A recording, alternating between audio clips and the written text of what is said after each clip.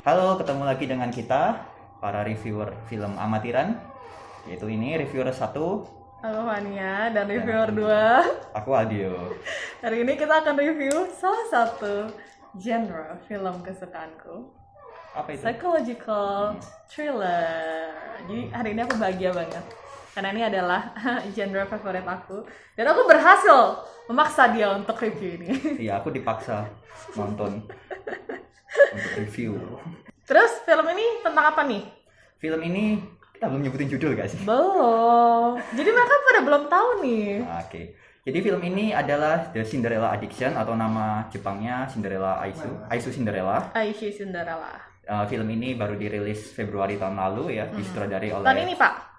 Oh iya, tahun ini. 2021. Ya, filmnya disutradarai oleh Ryohei Watanabe dan dibintangi oleh ada Tao Tsuchiya, ada Ken Tanaka, dan juga Koko. Sebenarnya masih banyak lagi sih yang lain, cuma 3 karakter ini yang paling utama. Film Aishi Cinderella ini itu tuh berpusat sama 3 karakter nih. Ada 3 karakter utama di film ini. Yang pertama tuh namanya Koharu, yang kedua namanya Daigo, dan yang ketiga namanya Hikari. Koharu dan Daigo ini nantinya tuh akan terlibat di satu hubungan spesial ya. Mereka nantinya tuh akan menjadi kekasih, lalu menjadi suami istri. Tapi nanti plot twist-nya itu adalah Daigo dan Koharu ini punya masa lalu nih, dan di mana masa lalu ini tuh mempengaruhi Hikari ya, karakter ketiga di film ini. Jadi karakter pertamanya kan Koharu ya, karakter utamanya ini. Dia tuh punya masa lalu yang cukup sedih dong ya bilangnya. Dia ditinggal sama ibunya pas dia masih umur 10 tahun kalau nggak salah. Jadi itu membuat dia terobsesi banget untuk jadi ibu yang sangat baik. Di keluarganya juga dia berperan sebagai ibu, karena kan di keluarganya si Koharu ini kan nggak ada ibu toh, nggak ada sosok ibu. Jadi dia yang mengambil alih menjadi ibu, saking terobsesinya untuk menjadi ibu yang baik dan tidak akan mengikuti ibunya yang lama. Karena di masa lalu mungkin traumanya dia ditinggalin ibunya pergi ya, makanya dia nggak mau menjadi ibu yang seperti itu. Tapi emang kelihatan banget sih, kayak selain dia tuh ngerawat adiknya, dia juga ngerawat ayah sama kakeknya kan. Jadi basically dia tuh memang role-nya di rumah itu adalah caretaker. Dan Gitu. dia juga kerja nggak sih? Dan dia juga kerja. Jadi she's a hardworking woman sih. Kayak di rumah dan di luar rumah kayak gitu. Aku tuh suka banget sama 10 menit pertama film ini. Karena menurutku 10 menit pertamanya ini tuh packnya itu tuh penuh informasi tentang Koharu dan caranya dia berpikir, itu yang paling penting. Terus kita tuh dikasih ilustrasi dari tempat kerjanya dia, dari keluarganya dia, sampai mungkin personal life-nya dia sama mantan pacarnya itu gitu. Jadi kayak 10 menit pertama itu menurutku pace-nya oke, nggak terlalu cepat, nggak terlalu pelan, tapi kayak informasinya itu semuanya tuh nyampe. Ya, Gitu sih. informasi kesialan bertubi-tubinya. Exactly, benar. Kalau kamu nonton 10 menit pertama itu, filmnya itu tuh kayak komik banget gitu loh. Jadi pemeran utamanya tuh punya satu hari yang sial. Dan di hari yang sial tuh dia tuh bener-bener dari pagi sampai malam tuh sial terus. Terus abis itu hidupnya tuh berubah drastis setelah ketemu satu orang tertentu gitu. Tuh kayak mirip banget sama satu anime tertentu ya, yang kayak aku inget banget. Inisialnya Tokyo Ghoul. Inisialnya Kaneki. Manganya ya, jangan nonton anime. Kok menurutku kayak 30 menit, 40 menit pertama itu kayak aku nontonnya tuh kayak romcom. Oke, aku setuju. Oke. Jadi ini kan harusnya kan dari psikologi ya, tapi itu 40 menit pertama itu kayak ini penuh komedi, penuh drama. Jadi kayak si Koharu kan dapat kesialan bertubi-tubi toh. Mereka tuh gambarin kesialannya itu enggak dengan cara yang sedih, tapi dengan cara yang lucu, kayak misalnya komedi. Waktu si ayahnya tabrakan toh. Itu kan, dan dia baru sadar kok dia habis minum. iya itu kan lucu. Jadi terus juga setelah itu kan dia masih ada momen sama si Daigo toh. Nah Daigonya itu juga gimana ya, enak, kayak heartwarming banget. Jadi kayak memang kayak drama romance gitu. Aku tuh sekarang tuh punya trust issue ya sama psychological thriller ya, karena kayak terakhir kita nonton psychological thriller ternyata drama ya kan. Ya Terus sekarang kita ketemu Aisyah Cinderella tuh 30 menit, 40 menit pertama itu romcom banget. Jadi kayak aku ada kayak ketakutan kalau aku bakal ketipu lagi nih gitu. Kayaknya kita masih akan selalu ketipu. Tapi enggak. Emang kayak pertama itu manis-manis ya. Kayak Daigo itu tuh menurut aku karakter Daigo tuh too good to be true.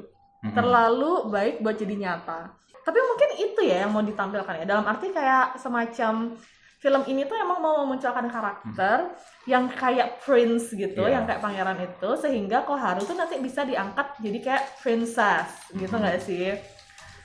Baik si Daigo maupun si anaknya itu kan juga ya kelihatan perfect banget gak sih? Waktu mereka bertiga udah akur ya. Awalnya tuh kelihatan perfect banget, benar-benar. Dan sampai kayak yang menurut aku menarik banget itu kayak adegan mereka tuh dansa abis mereka registrasi jadi keluarga itu loh. Jadi long story short, spoiler, Daigo sama Koharu tuh nanti akan jadi suami istri, dan setelah itu tuh mereka tuh ada kayak adegan dansanya gitu. Mengungkapkan kebahagiaannya dengan berdansa kayak La La Land. Kayak ballroom dance lah. Ya. Yang kayak di nikahan gitu. Iya, kalau menurutku dance scene-nya itu cukup epic sih. Jadi kayak cukup epic dan cukup menggambarkan kalau mereka bertiga tuh ada di puncak kebahagiaan. Jadi si Koharu akhirnya bisa kesampaian jadi ibu tuh. Dia kan kepingin jadi ibu yang sempurna. Terus juga si Daigo tuh akhirnya bisa nemuin pengganti mendiang istrinya yang meninggal. Si Hikari ya. Hikari itu juga akhirnya dia bisa punya mama lagi dan mamanya itu kan juga Koharu ini kan juga sangat dekat sama Hikari pas saat itu. Cocok. Jadi mereka bertiga udah kayak bahagia banget, dan yang nonton pun juga kelihatan kayak ini keluarga ini perfect banget ya. Benar. Tapi apakah kesempurnaan itu akan bertahan selamanya? Nah, sebenarnya mencurigakan sih. Ingat, ini psychological thriller. Ngeliat Daigo di awal tuh sebenarnya udah mulai curiga, pasti nggak mungkin lah kayak gini. Aku off banget pas dia tuh di rel kereta. Itu kayak so weird, freaking weird. Cuman habis itu kita biasalah, kita tidak mempedulikan red flag ya, karena setelah itu dia tuh kayak pangeran yang sempurna gitu. Mencurigakan sih sebenarnya, terlalu baik memang menurutku si Daigo. Ini sebenarnya aku sempat nonton salah satu PR interviewnya Aisyah Cinderella sih, dan kebanyakan memang interviewnya sama Tao Tsuchiya ya. Menarik banget sih cerita yang dibagi sama Tao ini, karena ini specifically yang dance scene itu tadi ya, karena dance scene itu tuh adalah salah satu simbol dari fairy tale. Kan judulnya kan Aisyah Cinderella kan, dan Cinderella itu adalah fairy tale kan. Jadi dance scene itu adalah salah satu simbolisme fairy tale-nya. Dan ini lumayan menarik sih perspektifnya menurut aku. Si Tao ini bilang awalnya dia tuh ngerasa super awkward ada dance scenes, karena kayak out of nowhere gitu loh, kayak semacam ya kamu kayak romcom awalnya tuh tiba-tiba kamu tuh dance yang kayak bener-bener kayak gitu-gitu loh. Itu tuh aneh banget. Cuman di film aku dapet kok. Oh ya? Nggak ngerasa aneh ya? Nggak tahu gimana? Aku sih fine sih. Kayak dalam arti emang pertama kali waktu itu muncul tuh kayak apa sih? Cuman and then aku paham, oh ya, mereka tuh adalah sekarang keluarga yang sempurna gitu. That's why they dance gitu kan. Kayak memperkuat kisah tema fairy tale-nya nggak sih? Ya, betul. Tapi si Tao nih malah ngerasa awkward nih. Si aktrisnya nih malah ngerasa awkward adanya dance scene itu. Tapi setelah selesai shoot, dia emang jadi paham kalau ya itu tadi, kayak itu adalah momen fairy tale-nya Koharu, Daigo sama Hikari. Gitu. Terus yang menarik lagi juga menurutku, setelah ini udah kan bahagia and then ada problem. Nah, ini sebelum klimaks ini tuh nantinya itu Koharu itu tuh bakal ada masalah nih sama Daigo. Sampai dia itu tuh diusir sama Daigo dari rumah. Gara-gara ngasarin Hikari. Ya, nampar. Gara-gara nampar Hikari.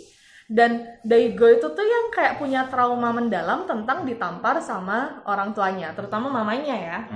Terutama mamanya. Jadi si Koharu diusir, Koharunya linglung pergi, dan ini tuh hampir kayak full circle gitu loh. Jadi Koharu itu ada di posisi dimana dia dulu pertama kali ketemu Daigo.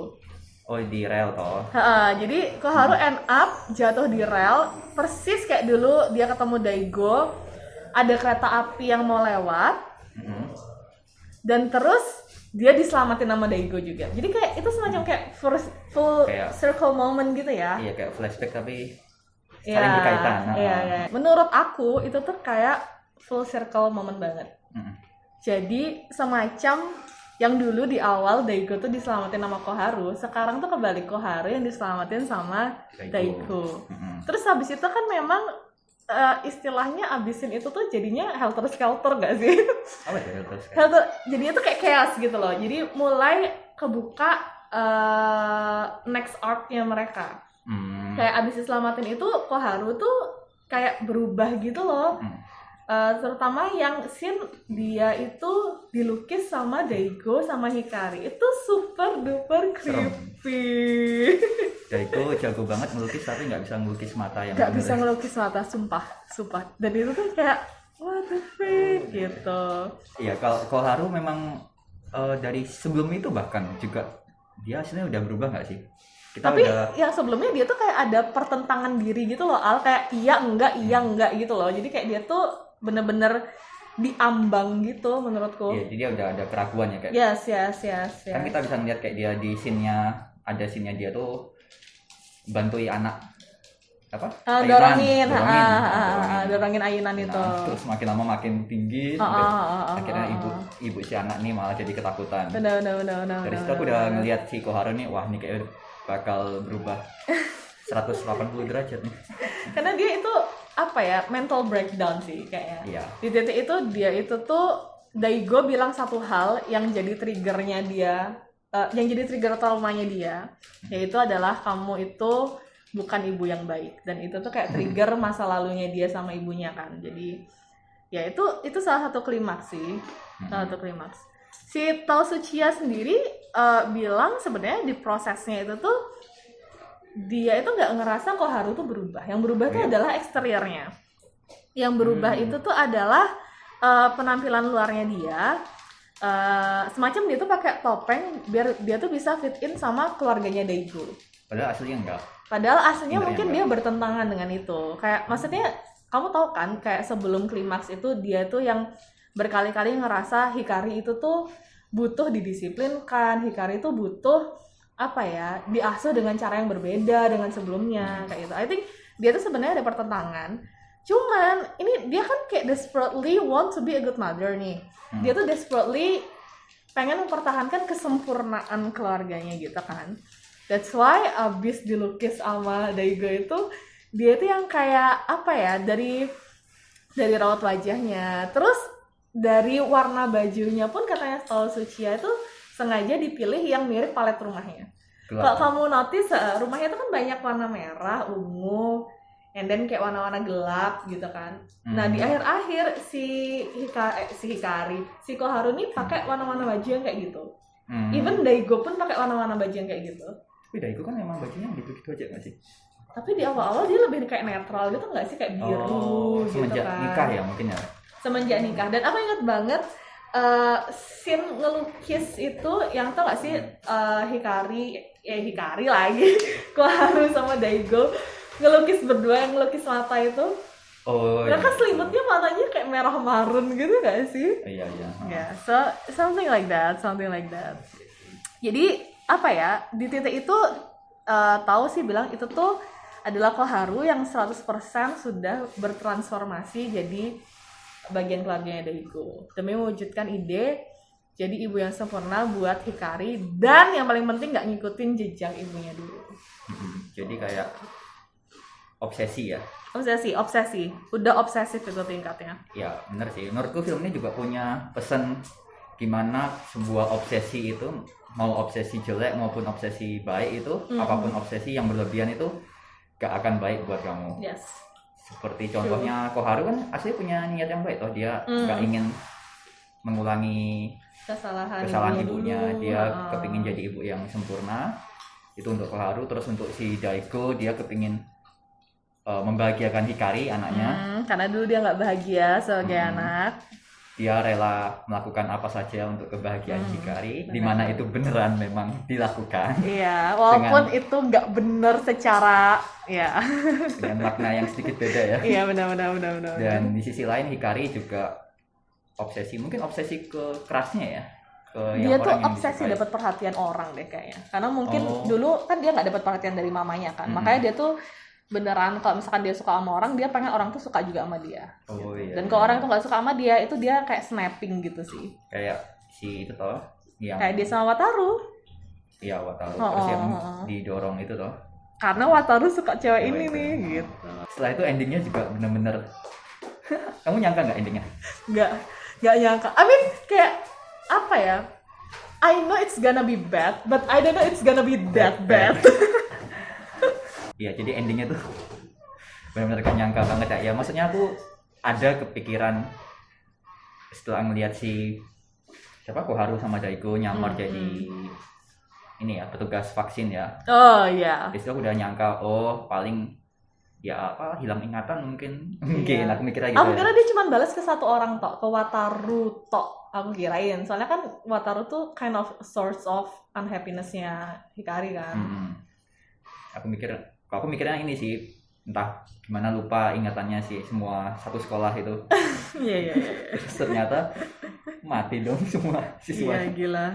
Termasuk yang membela Hikari juga di semua nggak ada, karena kan udah keburu kesuntik gitu kan. So scary. Itu mereka bisa ngelakuin tanpa ada halangan dari guru-guru. Kayaknya sepi banget sekolahnya itu. I think mungkin karena si Daigo tuh adalah dokter sekolahannya mereka nggak sih? Ya nggak sih, kan ada scene yang bilang aku tuh dokter ke sekolahan ini, terus emang udah jadwalnya ngasih vaksin. Iya. I think Terus itu kan juga aslinya posisinya pas si keluarganya itu kan dihujat, dibenci. Aslinya kalau si Wataru ya. Wataru ya, bener ya. Wataru misalnya ngelihat mereka cuma pakai masker kok. Itu kan harusnya bereaksi gak sih? Aslinya. Mungkin ya. Tapi ya udahlah. Kalau nggak gitu nggak jadi filmnya nggak sih? Ya. Kalau terlalu logik mungkin jadi nggak mungkin tak terduga itu. Iya. Penjelasan yang menurutku paling masuk akal itu adalah mungkin gimana pun setelah mereka dihujat kayak gitu, tetap aja si Daigo itu kan dia dokter terpandang nih. Tetap aja dia tuh masih punya masih punya reputasi kayak gitu, makanya dia tetap bisa vaksin gitu. Kan opening scene-nya itu tuh udah agak-agak creepy gak sih? Agak-agak creepy ya kan. Terus kita tahu ending scene-nya kayak gitu, ngelihat opening scene-nya lagi tuh kayak jadi 2 kali lebih creepy gitu loh. Itu aku pertama kali ngeliat udah kerasa serem sih ekspresinya si Tao Suci. Iya. Itu tadi kan kalau soal cerita ya, soal storyline. Kalau soal sinematografi gimana? Jujur karena ceritanya tuh amat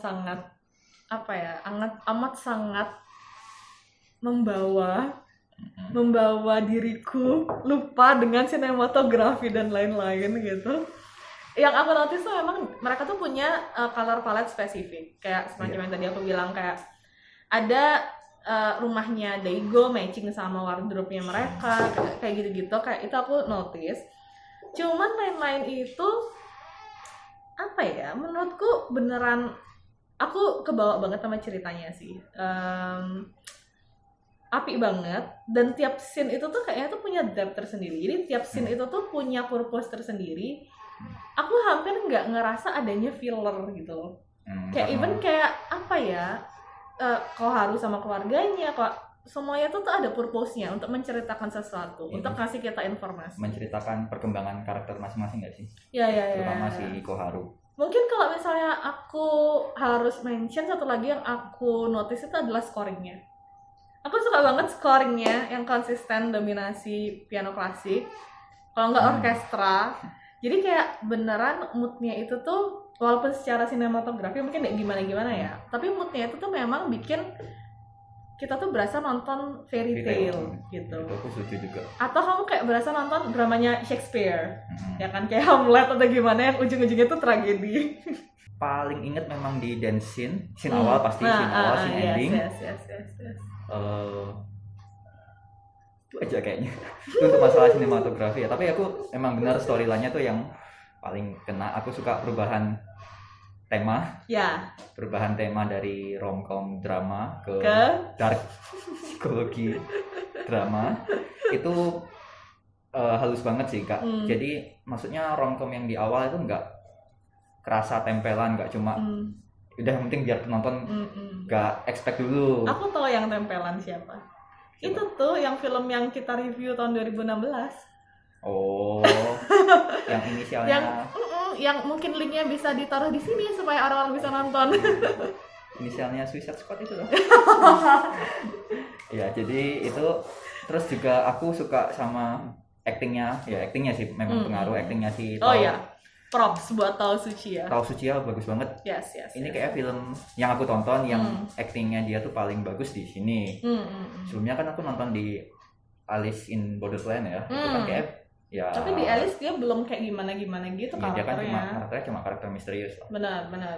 Aku juga nonton ada filmnya namanya Yell for the Blue Sky ya, nama Inggrisnya. Aku lupa nama Jepangnya apa. Itu juga tentang romcom. Itu juga aktingnya ya bagus sih, cuma lebih happy. Cuma beda level kayaknya. Kalau di sini kan dia ada sisi happy, ada sisi twistednya. Range-nya jadi itu ya lebih gede ya. Iya. Sama si Coco juga. Coco itu kan aku nggak tahu ya. Aku ngelihatnya dia film pertama ini. Iya. Itu bagus banget gak sih aktingnya dia sebagai anak yang psychotic. Aku kira dia tuh emang child actor. Ternyata dia tuh Instagramer. Oh ya? Iya serius, dia tuh kayak selebgram gitu loh kalau di Indo. Dan ini tuh emang kayak film pertamanya dia. Gitu. Oke sih menurut aku. Gak kelihatan itu film pertama sih. Iya nggak kelihatan. Aku kira dia mungkin udah kayak film ketiga atau dan itu pun kayak even so kayak dia meranin seorang anak kecil yang punya yang punya mentalitas khusus gitu tuh memang. I think dia tuh dapat banget lah menurutku. Hawa-hawanya dapat banget lah dari awal sampai akhir. Dari dia manis-manis sampai dia jadi psikotik. Ya dia bisa meranin sebagai anak yang manis, sebagai anak yang benar.